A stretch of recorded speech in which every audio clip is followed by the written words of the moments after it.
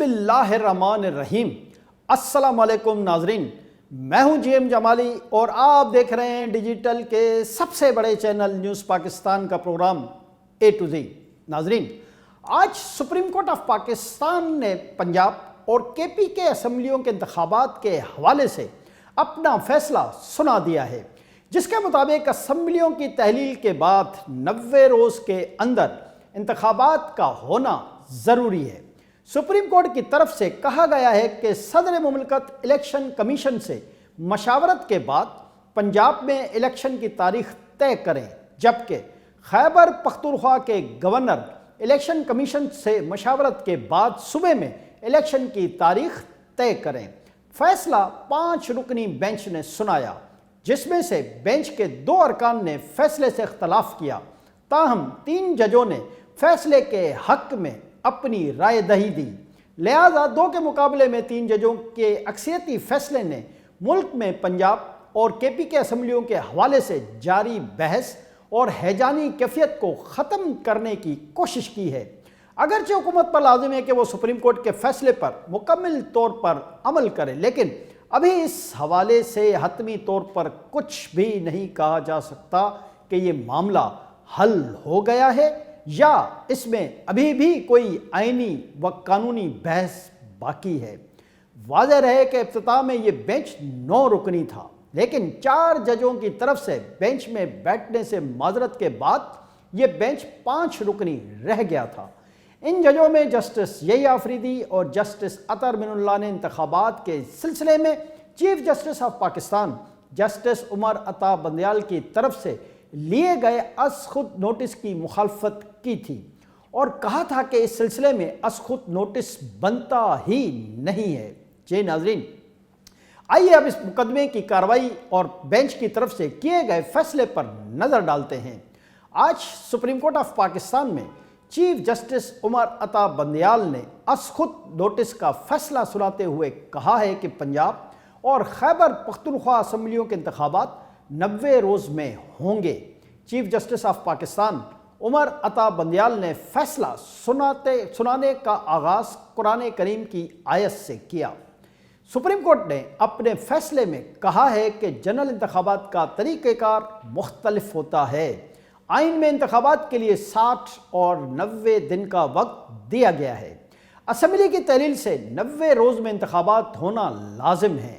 Punjab assembly کے governor کے دستخط نہ ہونے پر 48 گھنٹے میں خود تحلیل ہوئی۔ خیبر پختونخوا اسمبلی گورنر کی منظوری پر تحلیل ہوئی۔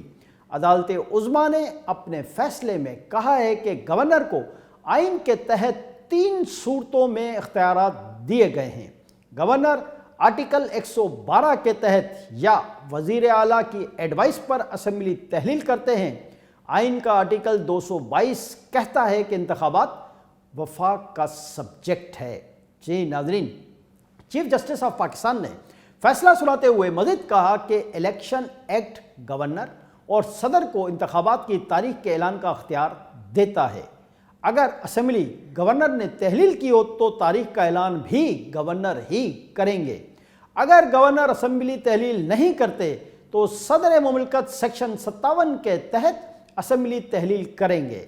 صدر مملکت کو انتخابات کی تاریخ کے اعلان کا اختیار حاصل ہے۔ انتخابات کی تاریخ کا اعلان کرنے کی آئینی ذمہ داری گورنر کی ہے۔ گورنر خیبر پختونخوا نے انتخابات کی تاریخ کا اعلان نہ کر کے آئینی ذمہ داری سے انحراف کیا۔ الیکشن کمیشن فوری طور پر صدر مملکت کو انتخابات کی تاریخ تجویز کرے۔ سپریم کورٹ نے اپنے فیصلے میں کہا کہ الیکشن کمیشن سے مشاورت کے بعد صدر مملکت پنجاب میں انتخابات کی تاریخ کا اعلان کریں۔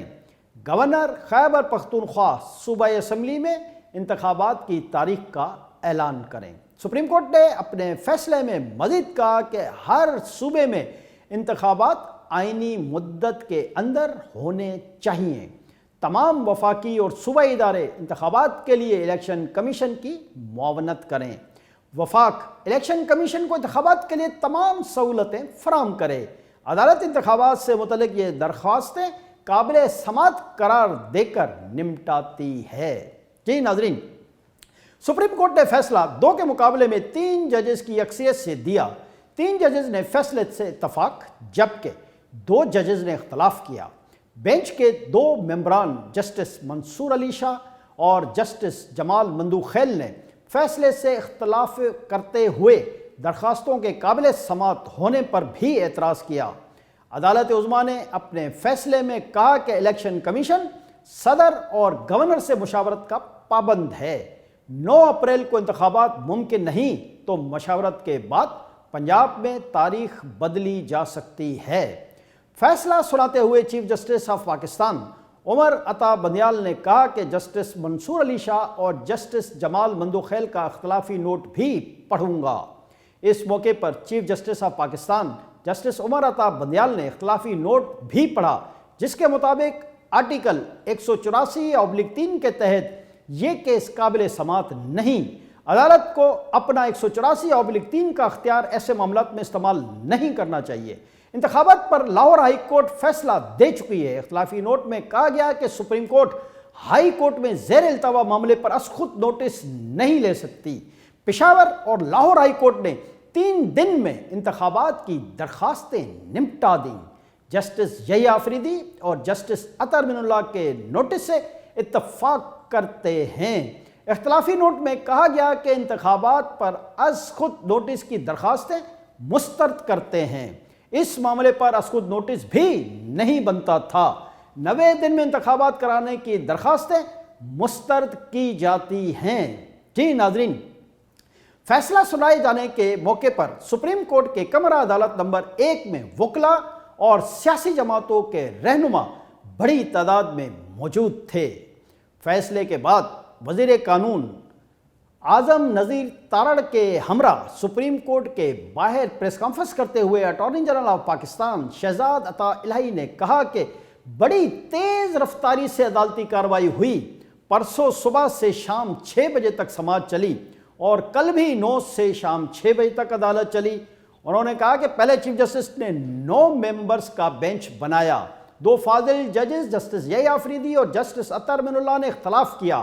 اختلافی نوٹ کے نوٹس میں کہا کہ جسٹس یحییٰ اور جسٹس اطہر من اللہ کا نوٹ بھی کیس کے ریکارڈ کا حصہ ہے۔ اٹارنی جنرل کا کہنا ہے کہ اس طرح 4 ججز نے اختلافی نوٹ لکھا ہے۔ یہ 7 میں سے 3 ججز کا فیصلہ ہے۔ کیس 9 ممبرز بینچ سے شروع ہوا تھا۔ 23 فروری کو 2 ممبران نے کیس کو مسترد کر دیا تھا۔